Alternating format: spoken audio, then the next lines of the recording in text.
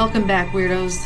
Today we're taking you on an adventure out to western New York to a small place called Hydesville.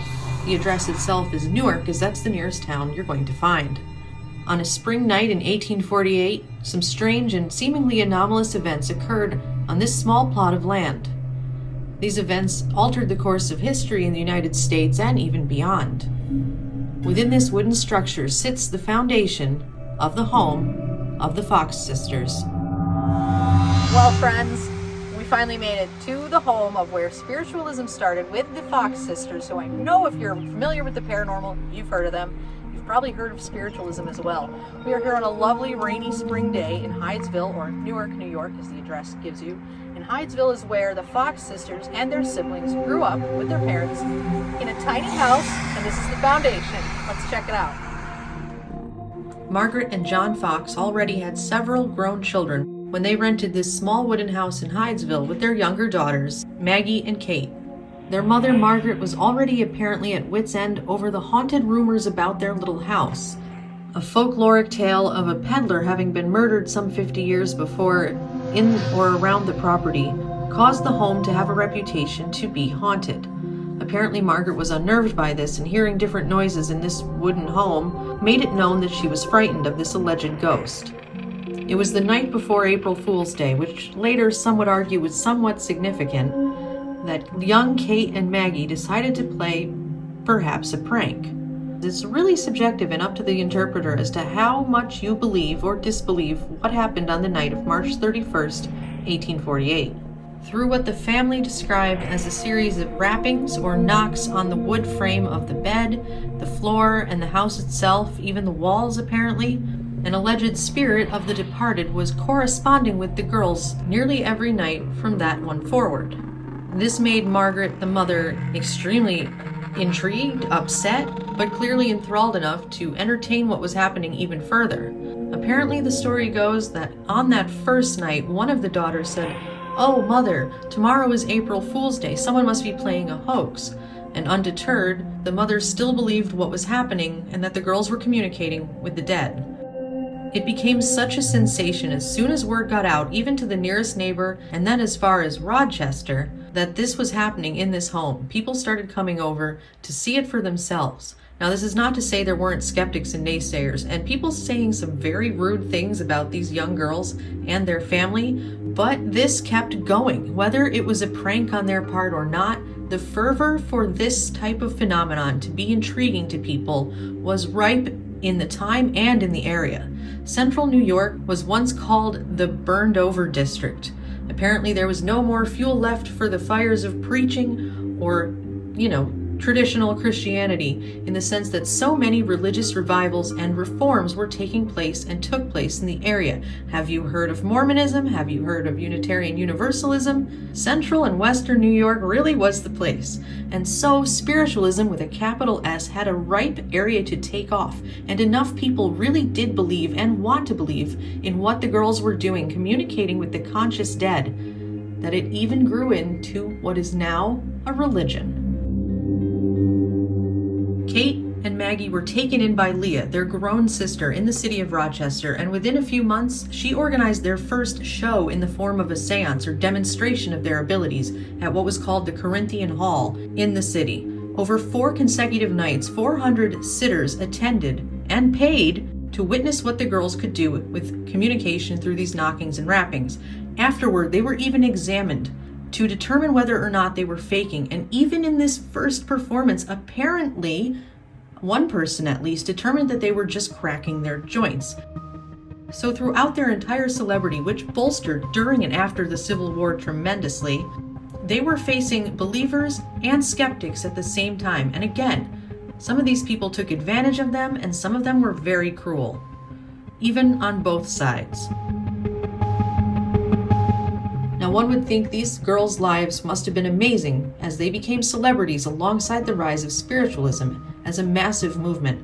However, there was a lot of use of alcohol among them, several failed marriages and untimely deaths that brought a lot of grief to all 3 of them. Many suppose that Leah, as the much older sister, actually exploited Kate and Maggie when they were younger, forcing them to use mediumship as a way to earn money, somewhat against their will. In 1888, Maggie went on stage in New York to denounce the entire thing and explain how they had made this farce. And at the end of their lives, Kate and Maggie weren't even speaking to Leah when she passed away in 1890, and the younger two passed away in 1892 and 3. Around just under 10 years ago, I worked with the National Spiritual Alliance in Massachusetts. I forget the name of the town right now, I'll look it up, but northern Massachusetts. The paranormal team I was on worked with a spiritualist minister. So we would drive out to the spiritualist temple, where much of spiritualism was taken from central New York and expanded east toward Massachusetts, and their center is on a beautiful lake. And we participated in and helped run seances and spirit circles and investigations throughout the whole place. It was a very complex situation for me to be a part of. To be in this location, finally, and we're from New York, and this is New York. Long time coming. What the frick was the name of that town? What do you think? I think it's crazy that this foundation is still here.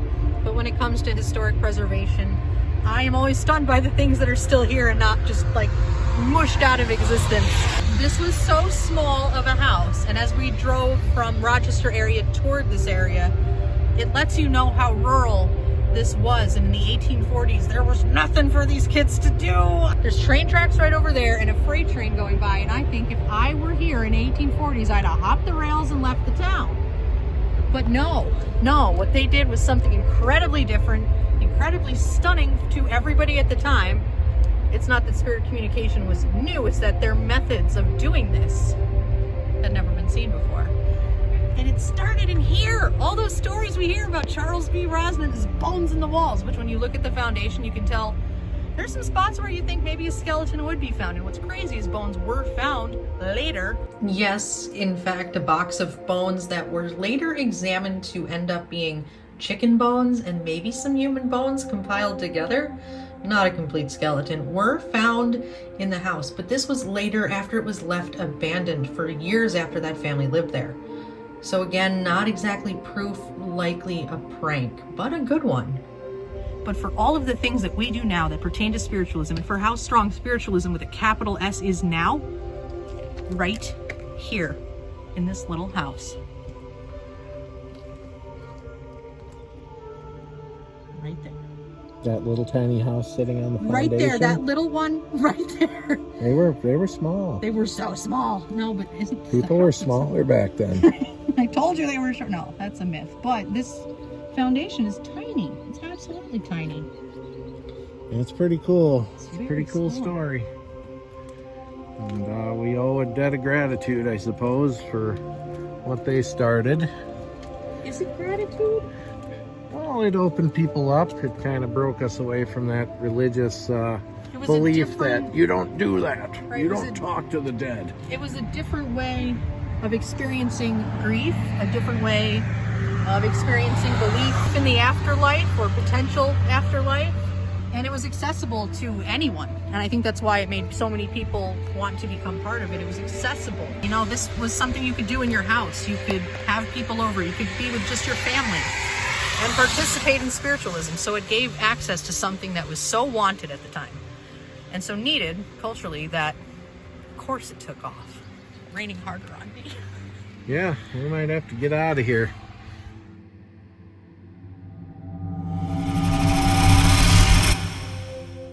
The legendary story of a murdered peddler buried in the walls or in the basement, bones coming up in boxes later.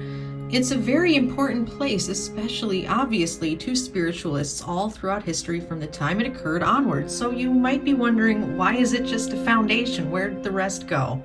Well, it was left abandoned after the Fox family lived there and then left as the sisters moved out and the parents passed away in 1865. So the house was bought by a spiritualist, brought to the coveted town of Lilydale, New York, and set up as a display. I believe a screen door was added, but sadly in 1955, the house burned and it no longer exists. And so the foundation was purchased later and made into the memorial that it is now.